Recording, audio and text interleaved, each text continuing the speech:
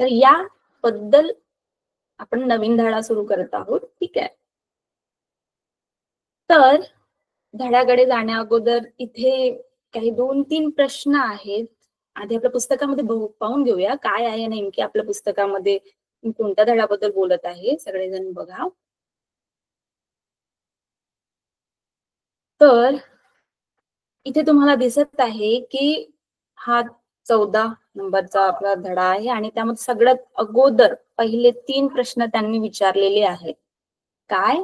तर आपल्याला उष्णता कोणत्या कोणत्या स्त्रोतांमुळे मिळते, उष्णता स्थानांतरित कशी होते आणि उष्णतेचे कोणते कोणते परिणाम तुम्हाला माहिती आहे.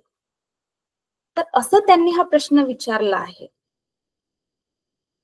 तर नेमकं तुम्हाला समजा कुणाला आठवत आहे किंवा काय उष्णता म्हणजे काय तुम्ही मला सांगू शकत असेल तर हात वर करू शकता.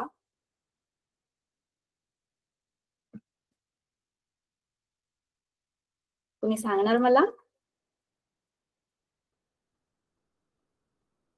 तर बघा उष्णता म्हणजे काय, तर जसं आपण म्हटलं की मला आज जसं आपण उदाहरण घेतलं की आज पाऊस नाही पडत आहे आणि आज पाऊस पडतोय तुमच्याकडे, आज पाऊस पडतोय म्हणजे थोडं थंड वातावरण आहे, पण आमच्याकडे पाऊस नाही पडत आहे, तर बाहेर गरमीचं वातावरण आहे. तर हे कशामुळे? सूर्य. बरोबर. सूर्य आपल्याला काय देत आहे? ऊर्जा देत आहे, उष्णता देत आहे. तर हे आपलं काय जरा स्त्रोत आहे ते. ऊर्जेचं काय आहे? स्त्रोत आहे. ऊर्जा. ऊर्जेचे एक स्त्रोत आहे कारण सूर्यामुळे आपल्याला उष्णता मिळत आहे. ऊर्जा मिळत आहे. आपण ते वेगळ्या वेगळ्या पद्धतीने आपण आपल्या आयुष्यामध्ये ती आपल्या रोजच्या जीवनामध्ये अनुभवायला मिळते. तर हे आपण बघत असताना कसं आपण म्हणतो की ही ही कशी आपण ते कशी अनुभवतो त्यासाठी मी छोटासा तुम्हाला एक चित्र दाखवण्याचा प्रयत्न केला आहे की बघा जसं इथे तुम्हाला दिसत आहे की सूर्य आपल्याला उष्णता देत आहे, झाडांना ऊर्जा देत आहे आणि त्याचा आपण वापर करत आहोत आणि त्यामुळे आपल्याला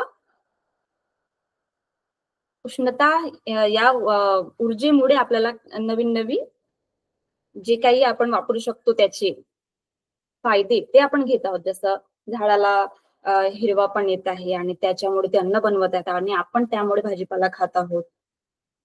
हवा वाहत आहे. बरोबर. तर हे जे स्त्रोत आहे उष्णता, हे जे स्त्रोत आहे हे काय राहणार आपलं? सूर्य. है ना. ऊर्जेचा स्त्रोत काय आहे आपला? सूर्य. जसं हवा आहे ही सुद्धा एक ऊर्जा आहे. जसं आपण आज उष्णतेबद्दल बोलत आहोत, हवा सुद्धा ही एक ऊर्जा आहे. पाण्यामध्ये उठणाऱ्या ज्या लाटा आहेत त्यामुळे तुम्ही ऐकलं असेल की आपण इलेक्ट्रिसिटी बनवतो. त्या लाटांमुळे ती सुद्धा एक ऊर्जा म्हणून आपण वापर करू शकतो. तर जे आपल्या वातावरणामध्ये आपण ज्या काही ऊर्जा आहेत आपण त्याचं रूपांतर करून आपल्या स्वतःचा फायदा करून घेत आहोत. तर हेच आपल्या पुस्तकामध्ये सांगण्याचा प्रयत्न केला आहे आणि त्यांनी आपल्याला जो प्रश्न विचारला आहे की कोणत्या कोणत्या स्त्रोतामुळे ऊर्जा मिळते. तर कोणत्या कोणत्या स्त्रोतामुळे आपण म्हटलं? सूर्य म्हटलं. बरोबर. तर हे जे स्त्रोत आहे हे कसं जास्त तापमानाकडून कमी तापमानाकडे वाहतं. त्याचं उदाहरण कुणी सांगू शकेल? माझ्याशी तुम्ही बोललात तर बरं राहील. एवढं मी जे सांगत आहे ऊर्जेबद्दल एवढं समजलंय का तुम्हाला? ओके. तर ऊर्जा म्हणजे ज्यामुळे आपण त्याच्या फायदा करून घेत आहोत. स्त्रोत आहे ते आपलं ते स्त्रोत आहे. स्त्रोत काय म्हटलं आपण? सूर्याला स्त्रोत म्हणत आहोत. सोर्स जे म्हणतो ना आपण सोर्स, स्त्रोत ते आणि त्यामुळे आपण काय घेत आहोत? ऊर्जा निर्माण करून घेत आहोत. ठीक आहे. तर त्याचबद्दल आपण बोलत आहोत. तर बघा, पुस्तकामध्ये जे सांगितलं आहे ते त्याला मी थोडस मांडण्याचा प्रयत्न केला आहे, जेणेकरून आपल्याला सरळ भाषेमध्ये समजेल. उष्णता ही एक ऊर्जा आहे. जसं मी म्हंटल, उष्णता ही एक ऊर्जा आहे. ठीक आहे. आणि ती जास्त तापमान असलेल्या वस्तूपासून कमी तापमान असलेल्या वस्तूकडे प्रवाहित होते. गरम चहा आणि आईस्क्रीम. तुम्ही सगळ्यांनी बघितलं असेल की जी गरम चहा आहे ही थोडा वेळ त्याला बाजूला ठेवलं किंवा त्याला आपण फुकून पिलं तर ती थंडी होते. जास्त तापमानापासून कमी तापमानाकडे येतं, बरोबर. आणि त्याचप्रमाणे जी आईस्क्रीम आहे खूप थंडी असते, पण त्याला थोडा वेळ तुम्ही बाहेर ठेवा हातामध्ये, तर बघा ती पिघलायला सुरू होते. तर सगळ्या वस्तू एक नॉर्मल तापमानावर येण्याचा प्रयत्न करतात. ती खूप जास्त थंडी आहे तर ती थोडी नॉर्मल आपल्या अवतीभोवती असलेल्या टेम्परेचरवर येण्याचा प्रयत्न करते. आणि जो गरम चहा आहे, जास्त गरम असलेला, आपल्या अवतीभोवती असलेल्या तापमानापेक्षा जास्त गरम आहे, तर तो कमी होण्याचा प्रयत्न करते. ठीक आहे. तर उष्णता ही काय आहे? एक ऊर्जा आहे. तर बघा, आपल्या पुस्तकामध्ये हेच सांगितलेलं आहे आणि त्यांनी उदाहरण दिलेले आहेत. तर आता आपण आपल्या पुस्तकामध्ये जे दिलेलं आहे ते वाचून घेऊया, म्हणजे तुम्हाला नंतर पुस्तक वाचताना सोपं जाईल. तर त्यांचं असं म्हणणं आहे की मागील इयत्तामध्ये आपण जी उष्णता ही एक प्रकारची ऊर्जा आहे हे बघितलं. आता जी अधिक तापमान असलेल्या वस्तूकडून कमी तापमान असलेल्या वस्तूकडे प्रवाहित होते, बरोबर. आपण इथे जे उदाहरण जी दिलेली आहेत यावरून तुम्हाला समजेल की आपण गॅसवर ठेवलेला जे चुलीवर ठेवलेला जो पतीला आहे, आपण त्याला ऊर्जा देत आहोत. कशाची? चुलीची. आग जाळत आहोत, गॅस सुरू करत आहोत आणि त्याला तापमानाला गरम करत आहोत, उष्णता देत आहोत आपण. आणि इथे परत हा जो बर्फ आहे हा पिघललेला आहे, कारण हा खूप जास्त थंड आहे आणि तो आपल्या तापमानात येण्याचा प्रयत्न करत आहे, आपल्या अवतीभोवती असलेल्या तापमानात येण्याचा. त्याचसारखं हा जो तुम्हाला बलून दिसताय, हा जो फुगा दिसताय, हे आकाशामध्ये जे उडणारा फुगा आहे, तुम्ही बघितलं असेल, जे आकाशामध्ये जे उडतं ना बलून, तर ते हे कसं उडतं, तर तुम्हाला लक्षात असेल की आपण हा जो पाणी गरम करतो, तर पाणी गरम केल्यानंतर जी भाप निघते ही वर जाते. आपण मागील ज्यावेळेस बल आणि दाब हा धडा पाहत होतो त्यावेळेस पण आपण म्हटलं होतं, उदाहरण दिलं होतं की जी गरम हवा आहे ही वर जाते, कारण तिचं वजन काय असतं? कमी असतं. जमिनीपासून जमिनीला जी लागून हवा असते थंडी असते, म्हणून ती जमिनीवर असते, जमिनीच्या आसपास. पण जी हवा गरम असते ती थंड तिचा वजन कमी असतो, म्हणून ती वर जाते. तर हा जो फुगा आहे हा कसा आकाशात उडत आहे? तर इथे हा जो चौकोन लागलेला आहे, या चौकोन मधून जी आग सोडण्यात आलेली आहे, तर ती बलूनच्या आतमध्ये जी हवा आहे हिला गरम करते. आणि त्या हवेच्या मदतीने तो जो मोठ्या आकाराचा जो फुगा असते, हा आकाशामध्ये उडला जातो, कारण त्यामध्ये जी गरम हवा आहे ही त्या फुग्याला घेऊन वर जाते. ठीक आहे. तर त्याचसारखं इथे ही जी माचीस आहे आणि एका ठिकाणी माचीस लावली, तर जिथे माचीस जळत आहे तिथून माचीस समोर समोर येत आहे, बरोबर. तर ही जी उष्णता आहे ही काय होत आहे की जास्त उष्णतेकडून कमी उष्णतेकडे जाण्याचा तिचा प्रयत्न असतो. इथे सांगण्याचा प्रयत्न केला आहे की एखाद्या वस्तूचे तापमान हे ती वस्तू किती उष्ण किंवा किती थंड आहे हे दर्शवते. जसं बर्फ हा खूप थंड आहे, हा त्याचा तापमान झाला, हा कुणाचा? बर्फाचा तापमान झाला. आणि हा जो गरम केलेला पाणी आहे हा जास्त उष्ण आहे, जास्त गरम आहे. तर हे काय दाखवत आहे? त्याचे तापमान दाखवत आहे. तर आपण काय काय आजच्या धड्यामध्ये पाहत आहोत? उष्णतेचे मापन, त्याचे कोणत्या प्रकारे आपण त्याचे मोजमाप करतो आणि त्याचे काय काय परिणाम होत आहेत.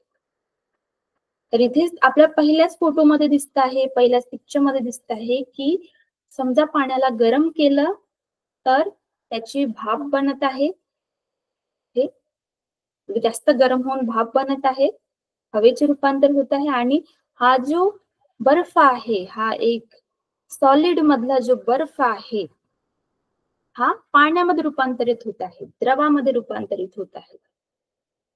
तर थंड वस्तूचे तापमान उष्ण वस्तूच्या तापमानापेक्षा कमी असते, म्हणजेच आईस्क्रीमचे तापमान हे चहाच्या तापमानापेक्षा कमी असते, असं इथे सांगण्याचा प्रयत्न केलेला आहे. तर बघा इथे हे जे विविध परिणाम जे आहेत याबद्दल मी अजून व्यवस्थित सांगण्यासाठी मी उदाहरण घेतलेले आहेत. तर बघा हे उदाहरण यामध्ये जे उष्णता स्थानांतरित होत आहे याबद्दल जे सांगण्याचा प्रयत्न केलेला आहे की ते जे म्हटलं होतं माचीस बद्दल, तर इथे एक आपण रॉड घेतला आहे लोखंडाचा आणि त्याला ही जी इथे मेणबत्ती आहे इथे ठेवण्याचा प्रयत्न केला आहे आणि त्यामध्ये काय होत आहे, चलन होत आहे, कशाचा, उष्णतेचा. बघा इथून उष्णता इकडे जे ॲरो दिसत आहे बरोबर, हे जे तीर दिसत आहेत कुणाकडे उष्णता वाहत आहे, इकडे घन पदार्थ घन पदार्थात उष्णता एका कणापासून दुसऱ्या कणाकडे जाते. ह्याचं म्हणण्याचा काय उद्देश आहे की जे घन पदार्थ आहेत, घन पदार्थामध्ये म्हणजे जे आपले जे सॉलिड्स आहेत त्यामध्ये काय होत आहे, एका टोकाकडून दुसऱ्या टोकाकडे, एका कणाकडून दुसऱ्या कणाकडे वाहली जाते. हे कंडक्शन होत आहे, चलन होत आहे उष्णतेचं. ठीक आहे, मग परत म्हणत आहे की संवहन.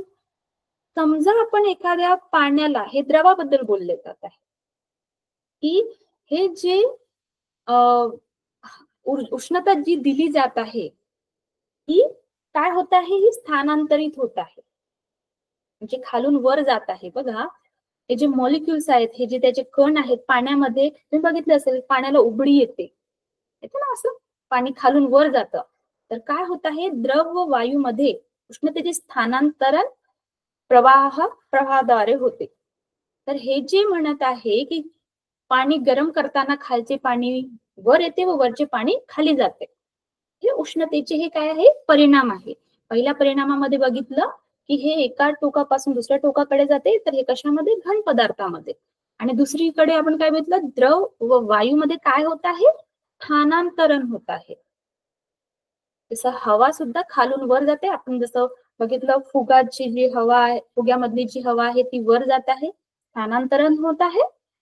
त्याचसारखं इथे जे पाणी आहे, पाणी त्याला उष्णता दिल्यानंतर खाली वर होत आहे, पतेल्यामधलेच पाणी खाली वर होत आहे. परत आणि इथे हा जो विकिरण, हा जो परिणाम जो सांगण्याचा प्रयत्न केला आहे, हे म्हणत आहे की आपण समजा शेगडी, आपण थंडीमध्ये बऱ्याच ठिकाणी आपण आपल्या घरच्या चुलीजवळ जाऊन बसतो, आपण थंडी वाजत असल्यामुळे आपण चुलीजवळ जाऊन बसतो, पण आपण सरळ चुलीमध्ये हात न घालता चुलीच्या बाहेरच त्याची उष्णता आजूबाजूला असते, तिथेच आपण दूर आपले हात शेकत असतो, जसं तुम्हाला इथे चित्रामध्ये दिसत आहे. तर हे काय आहे, हे न दिसता पण हे त्याचे विकिरण असतात अवतीभवती, त्याची जी काही गरमी आहे ती आजूबाजूला असते. तर याला त्यांनी विकिरण, रेडिएशन असं म्हटलं आहे. उष्णता रिक्त अवकाशातून थेट पोहोचते आणि सूर्यकिरणे पृथ्वीवर पोहोचतात. त्याचं उदाहरण मी सांगण्याचा प्रयत्न केला आहे की जो सूर्य आहे हा सुद्धा आपल्याला ऊर्जा देत आहे आणि ती ऊर्जा आपण उष्णतेच्या माध्यमातून आपल्याला समजत आहे की आज ऊन आहे, आज गरम होत आहे, हे आपल्याला समजून येत आहे. ठीक आहे, तर एवढं सांगण्याचा पहिल्या पॅरेग्राफ मध्ये सांगण्याचा प्रयत्न आहे. एवढं समजलं आहे?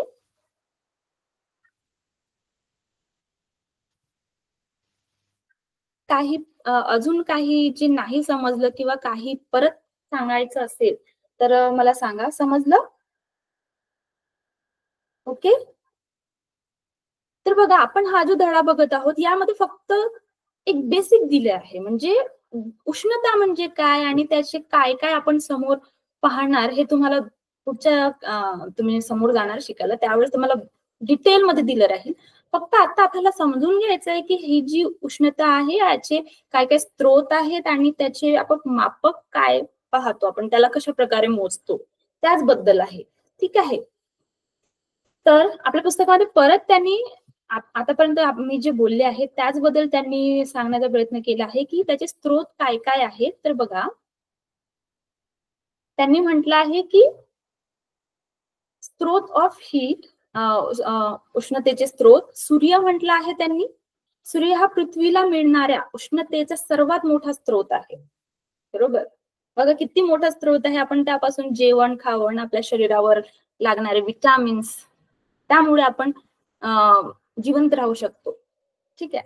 सूर्याच्या केंद्रामध्ये होणाऱ्या केंद्रीकीय एकीकरणामुळे न्यूक्लिअर फ्युजन मोठ्या प्रमाणात ऊर्जा निर्माण होते. केंद्रीय एकीकरणा प्रक्रियेमध्ये हायड्रोजनच्या केंद्रकाचा संयोग होऊन हेलियम केंद्रके तयार होतात व त्यातून ऊर्जा निर्मित होते. हातील काही ऊर्जा प्रकाश व उष्णतेच्या स्वरूपात पृथ्वीवर पोहोचतात. बघा, तर याबद्दल त्यांनी फक्त हे सांगण्याचा प्रयत्न केला आहे की तुम्हाला सगळ्यांना माहिती आहे की पृथ्वीमध्ये एक भूगर्भ आहे. तुम्हाला माहिती आहे ना, जे ज्वालामुखी वगैरे जे पृथ्वीमधून निघणारे ज्वालामुखी है ना, सगळ्यांना माहिती आहे, जी पृथ्वीमधून निघते भूगर्भातून आणि आगेसारखं धगधगत निघते. तर ते जे आहे तेच त्यांनी सांगण्याचा प्रयत्न केला आहे की हे जे स्त्रोत आहे हे सूर्य आहे आणि हे जी पृथ्वीमधले पण जे काही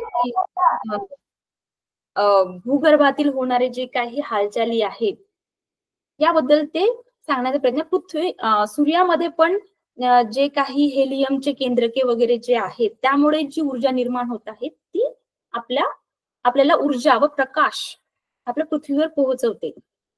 त्याचसारखं त्यांनी म्हटलं आहे की पृथ्वीच्या केंद्रातील तापमान अधिक असल्याने पृथ्वी देखील उष्णतेचा स्त्रोत आहे. या उष्णतेस भूऔष्णिक ऊर्जा म्हणतात. पृथ्वीमध्ये पण लावा आहे जे म्हटलं त्यासारखं सूर्यामध्ये पण त्यांनी कणांबद्दल उदाहरण देण्याचा प्रयत्न केला आहे. ठीक आहे. आणि रासायनिक ऊर्जा यांनी का असं म्हटलं आहे, तर हे तुम्हाला हे समजेल की पेट्रोल इत्यादी पेट्रोल वगैरे जे आहेत हे आपल्या पृथ्वीमधून मिळणारेच आपल्याला इंधन आहेत. बरोबर. तर हे जे लाकूड, कोळसा हे जे ज्वलनात इंधनाचे जे स्त्रोत आहेत हे काय करत आहेत, ऑक्सिजन बरोबर प्रक्रिया होऊन याची उष्णतेमध्ये निर्माण होत आहेत. बघा, लाकूड सुद्धा जे जळण्यासाठी महत्वाचं काय असतं, ऑक्सिजन. तुम्ही समजा तुमची जी डबीची काडी आहे ती पेटती असताना तिला झाकून द्या, तर तिला समजा ऑक्सिजन नाही मिळालं तर ती जळणार नाही. त्यासारखं जे कोळसा, पेट्रोल हे जे इंधन आहेत हे सुद्धा जळण्यासाठी काय लागतं, ऑक्सिजन. म्हणून यांनी काय उदाहरण दिलं आहे की लाकूड, कोळसा, पेट्रोल इत्यादी इंधनाच्या ज्वलनात इंधनाची ऑक्सिजनाबरोबर रासायनिक प्रक्रिया होऊन उष्णता निर्माण होते. ठीक आहे. उष्णता निर्माण होण्यासाठी लागणारे हे साधन आहे. परत यांनी म्हटलं की विद्युत ऊर्जा. बघा, यांनी म्हटलं विद्युत ऊर्जा वापरून उष्णता निर्माण करण्याचे अनेक प्रकार, जसे विजेची इस्त्री, विद्युत शेगडी इत्यादी तुम्ही दैनंदिन जीवनात पाहिलेच आहेत. म्हणजे विद्युतही उष्णतेचा स्त्रोत आहे.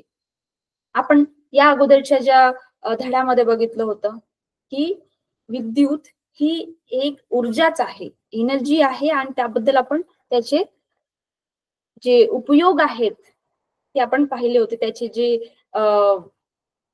काय म्हणतात त्याला, पॅटर्न्स है ना, ते बघितले होते. तर त्याबद्दलच यांनी तुम्हाला काय दिलेले आहेत, स्त्रोत दिले आहेत. एवढे तुम्हाला स्त्रोत दिले आहेत. आणि इथे तुम्हाला सोडवलेली उदाहरणे हे जे आहेत याबद्दल येऊया. पण अचानक आपण याबद्दल समजून घेण्यासाठी आपल्याला आधी हे समजून घ्यावं लागेल की हे जे एसआय युनिट आहे, एसआय युनिट सगळ्यांना माहिती आहे की हे जे एसआय युनिट आहे हे काय आहे, याचं जूल आहे आणि सीजीएस मधील याचे हे कॅलरीज आहेत. तर बघा, हे जे एसआय युनिट यांनी हे म्हटलं आहे, हे हा जूल आहे आणि हे कॅलरीज आहेत, हे दोन्ही सुद्धा बरोबर आहेत. हे दोन्ही वापरताना बरोबर आहेत, पण जे 1 कॅलरीज आहे, 1 कॅलरीज यांनी कशा एवढी म्हटली आहे, 4.18 जूल एवढी म्हटली आहे. तर यांनी हे सांगताना त्यांनी उदाहरण कशाचं दिलं आहे, पाण्याचा. की बघा, यांनी काय म्हणण्याचा प्रयत्न केला आहे की 1 ग्राम पाणी घेतलं, 1 ग्राम पाणी घेतलं, 1 ग्राम म्हणजे छोटासा. त्यांनी फक्त तुमच्या इमॅजिनेशन मध्ये ठेवा की समजा आपण 1 ग्राम पाणी घेतलं आणि त्याचा आपल्याला फक्त 1 डिग्री सेल्सिअस तापमान वाढवायचं आहे या उष्णतेने. तर काय, किती ऊर्जा लागणार आपल्याला, 1 कॅलरी, 1 कॅलरी एवढी ऊर्जा लागणार असं त्यांनी म्हटलं आहे. तर ही 1 कॅलरी म्हणजे काय त्यांनी म्हटलं आहे, 4.18 जूल एवढं म्हटलं आहे.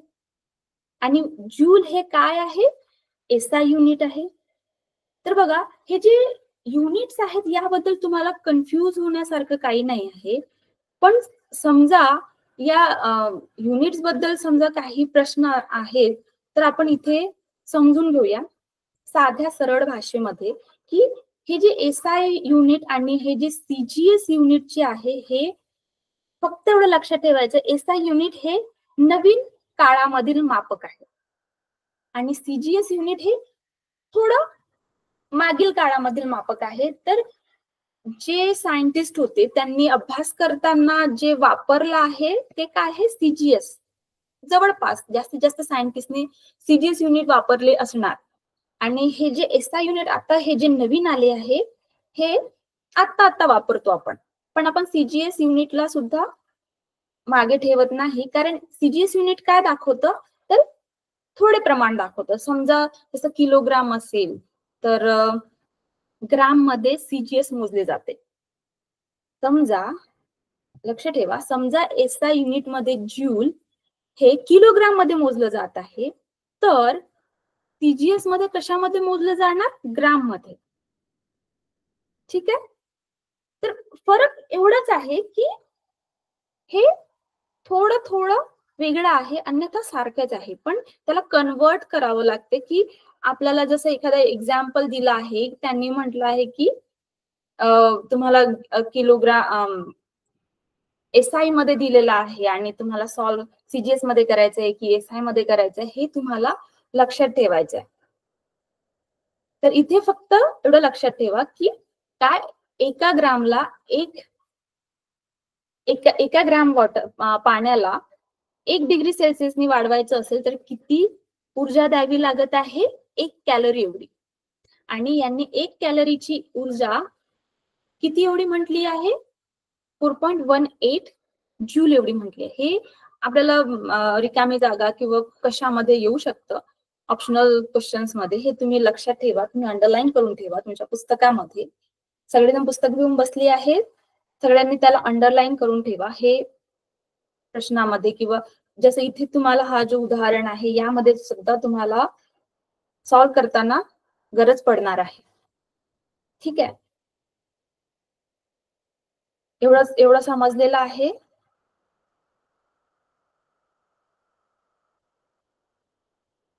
एवढं समजलेलं आहे. या समोरचं बघायचं, कारण या समोर फक्त एक कृती आहे जे आपल्याला सगळ्यांना माहिती आहे. ती कृती फक्त आपल्या पुस्तकामध्ये दिलेली आहे. एवढं समजले आहे की काही जे नाही समजलं मी परत एकदा सांगू,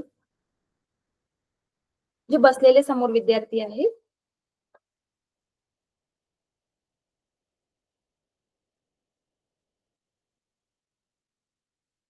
ऑलर ओके, लक्ष आहे, कारण मला काही विद्यार्थी मागे गोंधळ करताना दिसत आहेत.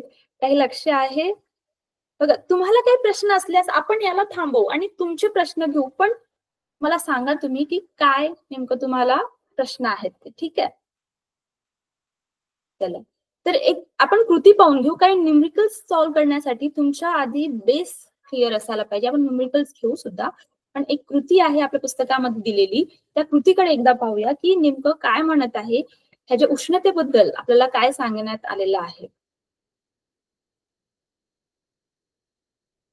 आय एम सॉरी, हे राहिले की अणुऊर्जा यांनी ऊर्जेच्या स्त्रोत मध्येच यांनी सांगण्याचा प्रयत्न केला आहे. अणुऊर्जा काही मूलद्रव्यांच्या जसे युरेनियम, थोरियम अणूच्या केंद्रकाचे विभाजन केले असता अत्यंत थोड्या कालावधीत प्रचंड उष्णता ऊर्जा निर्माण होते व प्रक्रिया वापरली जाते. तर बघा, हे जे अणुऊर्जा आहे हे काय म्हणत आहे की काही घटक आहेत की ज्यांच्यामुळे थोड्या वेळामध्ये सुद्धा जास्त प्रमाणात ऊर्जा उष्णता निर्माण केली जाऊ शकते. आणि त्यामध्ये त्यांनी उदाहरण कशाचे दिले आहे?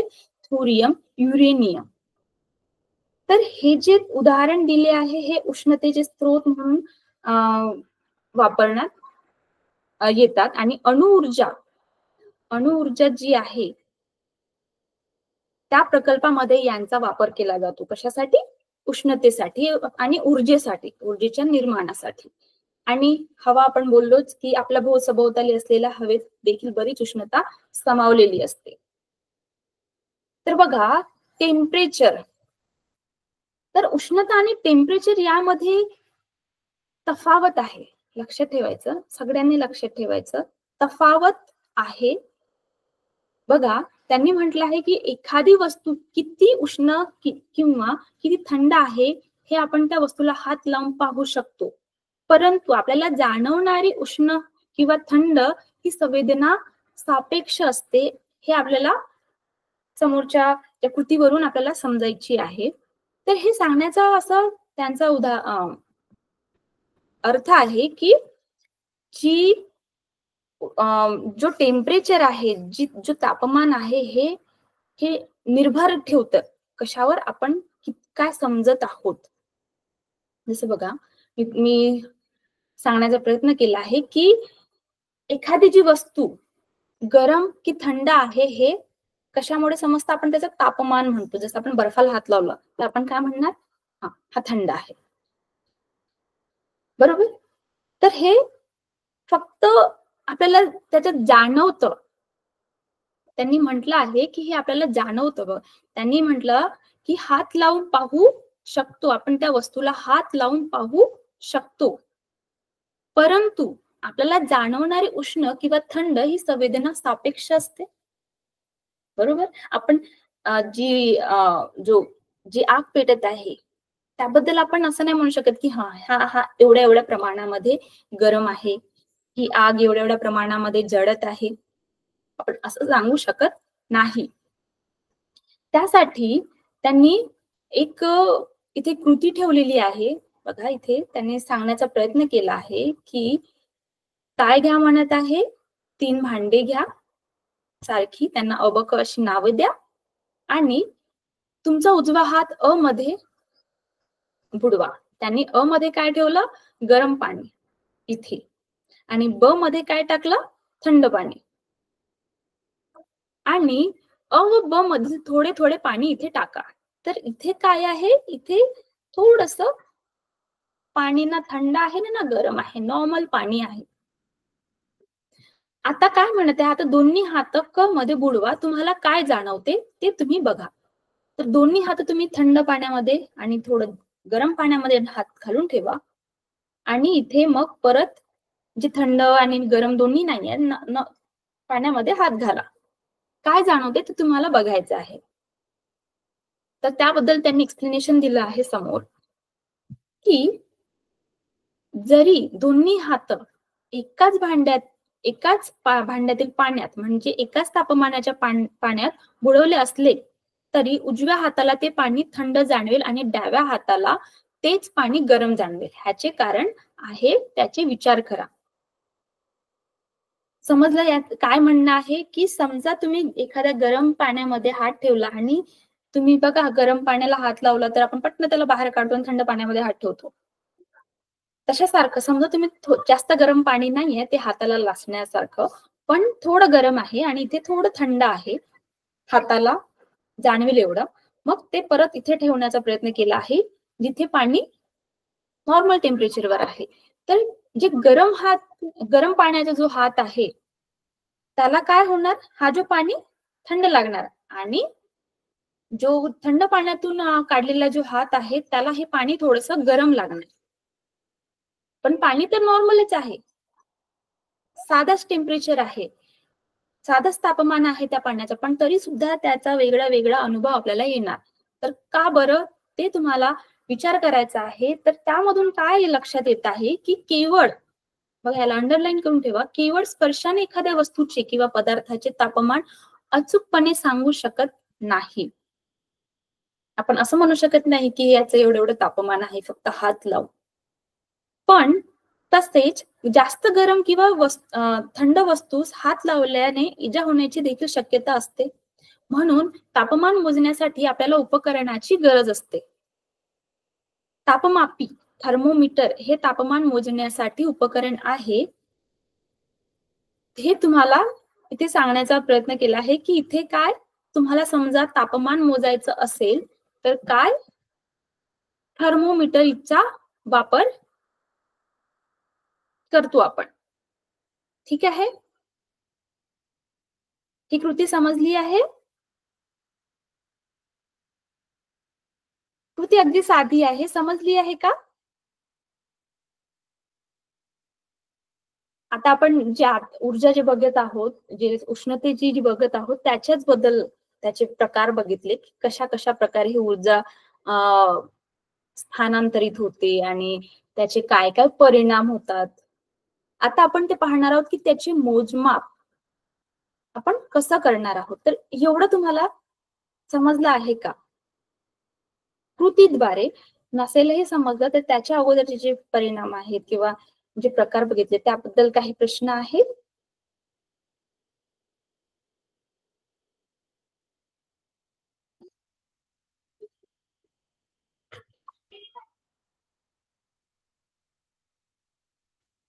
काही प्रश्न असल्यास विचारा बाळांनो.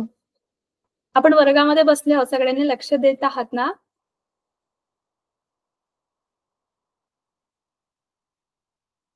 ठीक आहे. तुम्ही मला प्रश्न विचारले नाही आहात. मला विचारा, तुम्ही कमेंट करू शकता. ठीक आहे. काही प्रश्न असल्यास मला प्रश्न तुम्ही कमेंट करा किंवा नंतरच्या क्लासमध्ये विचारा, पण आठवणीने विचारा. कमीत कमी तुमच्या कानावरून जाऊ द्या, की नेमकं आपल्या धड्यामध्ये काय सांगण्याचा प्रयत्न केला आहे, तेवढं तुमच्या लक्षात असू द्या. जेणेकरून तुम्हाला अचानक आलेले जे शब्द आहेत ते तुम्हाला परेशान नाही करणार. ठीक आहे.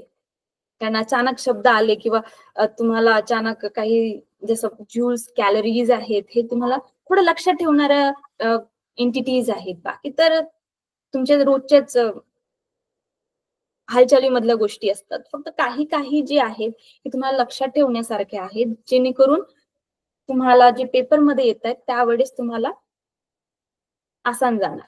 ठीक आहे. तर समोर बघूया, की आपल्याला काय दिले आहे ते. तर त्यांनी हे जे म्हटलं, की थर्मोमीटर, जे थर्मोमीटर बद्दल ते बोलत आहेत, तर त्याचबद्दल इथे मी फक्त त्याचे जे काय म्हणतात उदाहरण, थर्मोमीटर कशामध्ये आपण वापरतो, त्याबद्दल थोडंसं मी बोलणार, की आपण जसं एखाद्याला ताप आला आहे, तर आपण त्याच्या तोंडामध्ये एक थर्मोमीटर असतं एवढं आणि ते ते ठेवतो तोंडामध्ये आणि मग मोजतो, की हां, त्याला एवढं ताप आहे. परत आपण प्रॅक्टिकल लॅबमध्ये वगैरे पाणी किती गरम झालं आहे, त्याचा उबाल येण्यासाठी 100 डिग्री सेल्सिअस गेला आहे की किती आहे, ते पाहण्यासाठी परत थर्मोमीटरचा वापर करतो. तर हा जो थर्मोमीटर आहे, हे तुम्हाला म्हणजे तापमापी हे लक्षात ठेवायचं आहे, की आपण टेम्परेचर मोजताना त्याचा वापर करत आहोत. तर आपल्या जे पुस्तकामध्ये जे समोर दिलं आहे, ते त्याचबद्दल आहे. ठीक आहे? तर बघा काय दिलं आहे, उष्णता व तापमान. तर मी म्हटलं की उष्णता व तापमान ह्या दोन वेगळ्या वेगळ्या गोष्टी आहेत. तर त्या कशा ह्या आपण इथे पाहूया. ठीक आहे. तर बघा काय म्हणत आहे, उष्णता व तापमान ह्यात फरक काय आहे. तर पदार्थ हा अणूपासून बनलेला असतो हे आपल्याला माहिती आहे. पदार्थातील अणू सतत गतिशील असतात, सगळ्यांना माहिती आहे.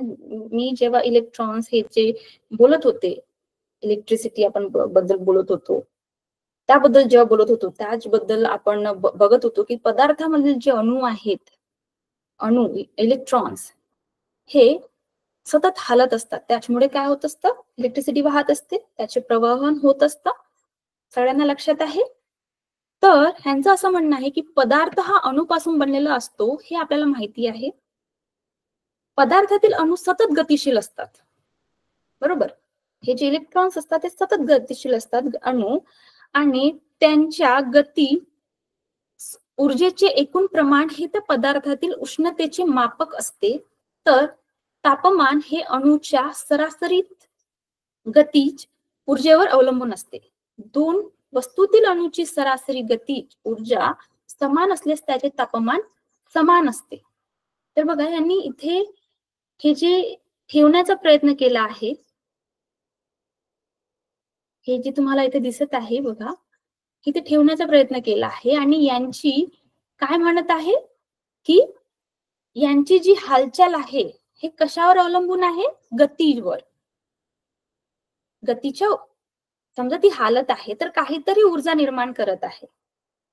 आणि सगळ्यांची वेगळे वेगळे अणू असतात. जसा माझा शरीर काही गरम आहे, माझा शरीर गरम आहे, हा वेगळा गरम आहे, प्रत्येकाचं वेगळं वेगळं असतं. तर हे जे अणू आहेत ह्यांची जी हालण्याची जी गती आहे त्यावर अवलंबून असतं काय, तापमान. तर सांगण्याचा असा उद्देश आहे की जसं बघा एखाद्याला ताप आला आहे तर आपण कसं हात लावतो, त्याच्या डोक्याला हात लावतो आणि स्वतःच्या डोक्याला हात लावतो. इथे त्याला किती ताप आहे, समजा तो जास्त गरम आहे तर आपण त्याला जास्त ताप आहे असं म्हणतो.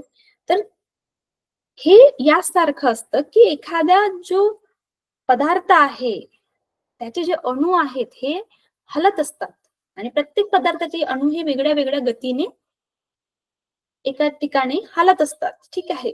तर हे कशावर अवलंबून आहे, त्याच्या गतीवर. आणि त्याच्याच गतीवर अवलंबून असतं की त्याचा जो तापमान आहे, त्याचा जो टेम्परेचर आहे हे किती राहणार. तर बघा यांनी असं म्हणण्याचा प्रयत्न केला आहे की अधिक तापमान व त्यापेक्षा कमी तापमानाच्या वायूतील अणूची गती क्रमशः दाखवलेली आहे.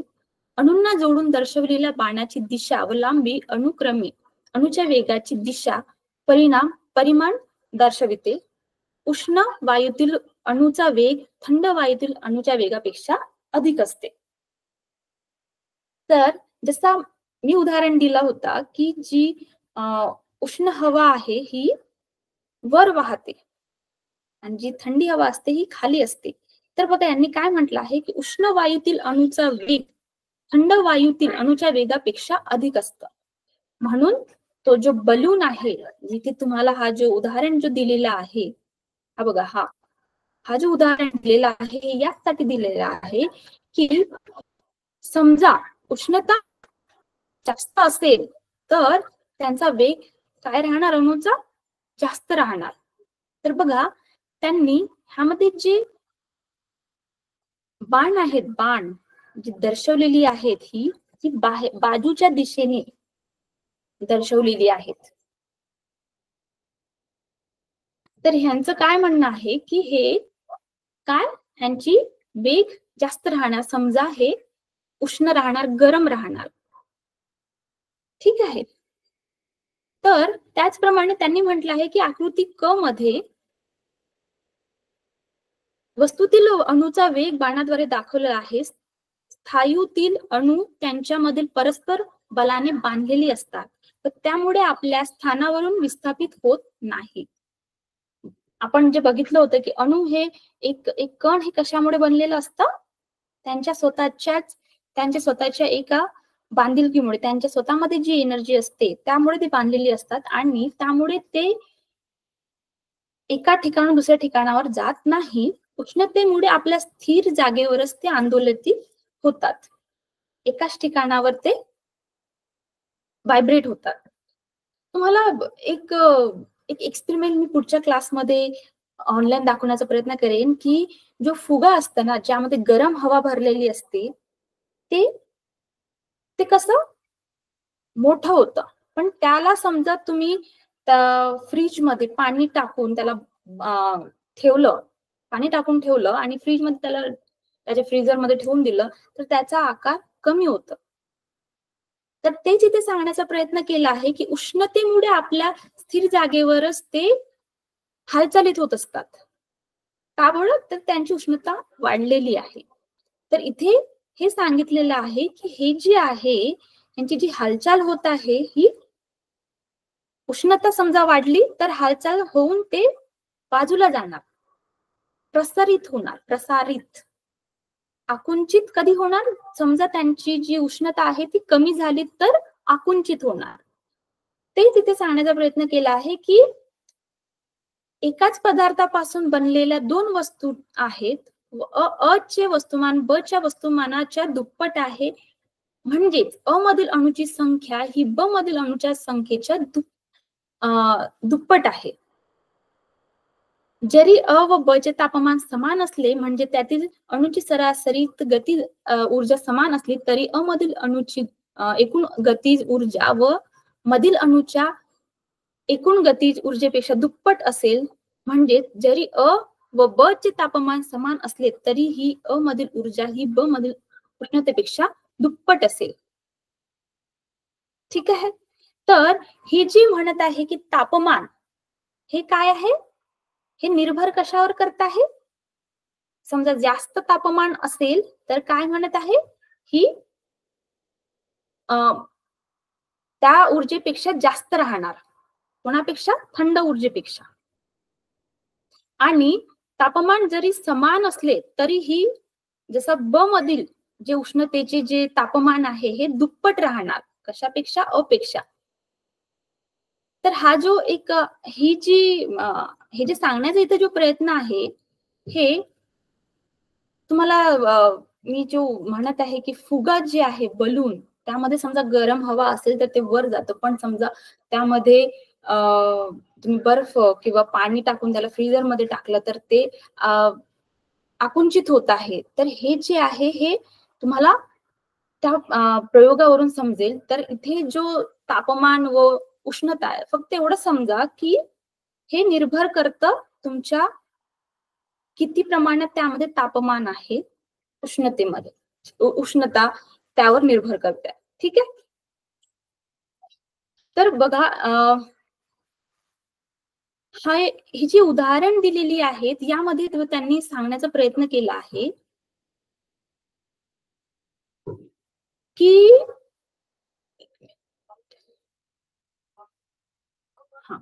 तर हा जो उदाहरण दिलेली आहेत, आपण या अगोदर पण न्यूमेरिकल्स बघितले, तर यामध्ये हा एक न्यूमेरिकल आपण पाहूया की मला नेमकं हा जो कॅलरीज आणि ह्यांचे जे ज्यूल, एसआय वगैरे जे आहेत यामध्ये काय अंतर सांगण्याचा प्रयत्न केलेला आहे. तर इथे काय म्हणत आहे की 1.5 kg पाण्याचे तापमान 15 डिग्री पासून 45 डिग्री पर्यंत वाढवण्यास किती ऊर्जा लागेल? उत्तर कॅलरी व ज्यूल या दोन्ही मध्ये द्या. त्यांनी आपल्याला उत्तर मागितलं आहे. कशामध्ये? कॅलरी आणि ज्यूल दोन्ही मध्ये मागितलं आहे. पण त्यांनी आपल्याला फक्त काय काय दिलेलं आहे? तर पाण्याचे वस्तुमान दिले आहे. ठीक आहे. सगळ्यात महत्वाचं म्हणजे न्यूमेरिकल्स मध्ये की तुमचा प्रश्न आधी समजून घ्यायचा. तर प्रश्नामध्ये त्यांनी काय काय दिलेलं आहे आधी हे लिहून घ्यायचं आणि मग काय विचारत आहे त्याचं उत्तर लिहू आपण. तर त्यांनी आपल्याला काय काय दिलेलं आहे? पाण्याचे वस्तुमान. काय म्हणत आहे? 1.5 kg. तर बघा मी तुम्हाला सांगितलं की हे जे केजी आहे हे काय कशाचे आहे? हे एसआय युनिट आहे. मला लक्षात ठेवायचं आहे की एसआय युनिट आणि सीजीएस युनिट हे कशा कशामध्ये दर्शवले जातात. तर एसआय युनिट केजी मध्ये दर्शवले जातं आणि सीजीएस युनिट ग्राम मध्ये दर्शवले जातं. ठीक आहे. तर हे कन्वर्ट करता येतं आणि त्याला काय करायचंय, 1000 ने याला मल्टिप्लाय करायचंय. किती? 1000 ने. जसं यांनी म्हटलं की 1.5 आहे तर याला मल्टिप्लाय बाय किती होणार? 1000. ठीक आहे. तर इथे मला टाईप नाही करता येत आहे, पण ह्याला यांनी 1500 मध्ये यांनी याला कन्वर्ट केलं आहे आणि तापमानातील बदल यांनी काय म्हटलं आहे? 15 degree Celsius to 45 degree Celsius. तर बघा 15 हे जे तापमानातील बदल जी आहे हे इथे दिलेलं नाही आहे. याला कशाने डिनोट करतात, कशाने याला समोर ठेवतात, तर हे आहे डेल्टा टी. आपल्याला जे खाली उदाहरणं दिलेले आहेत त्यामध्ये दिलेलं आहे, आपण त्यामध्ये पण पाहूया. पण तापमानातील बदल म्हणजे काय, तर आधी काय होतं आणि आता काय आहे. तर तापमानातील बदल तर आपण असंच म्हणणार की आधी एवढा जास्त होता आणि एवढा कमी झाला आहे, किंवा आता कमी होता हा जास्त झाला आहे. तर यांनी हे ठेवताना यांनी काय केलं आहे की 45 डिग्री पासून 15 डिग्री पर्यंत, तर त्यांनी याला मायनस केलं आहे आणि तापमानातील बदल काय दाखवला आहे, तर 30 डिग्री दाखवला. ठीक आहे. तर हा जो तापमानातील जो बदल आहे हे कशाने सांगतात? Delta T. तर प्रश्न काय म्हणत आहे? तापमान वाढीसाठी आवश्यक ऊर्जा किती? समजा त्यांनी वस्तुमान दिलेलं आहे आणि बदल दिलेला आहे, पाण्याचे वस्तुमान आहे आणि बदल दिले आहे. तर आता काय विचारत आहे? तापमान वाढीसाठी आवश्यक ऊर्जा किती लागणार हे आपल्याला काढायचं आहे. तर बघा त्यांनी तापमान वाढीसाठी जी आवश्यक ऊर्जा आहे त्याचे सूत्र काय आहे की पाण्याचे वस्तुमान आणि तापमान वाढ मल्टिप्लाय.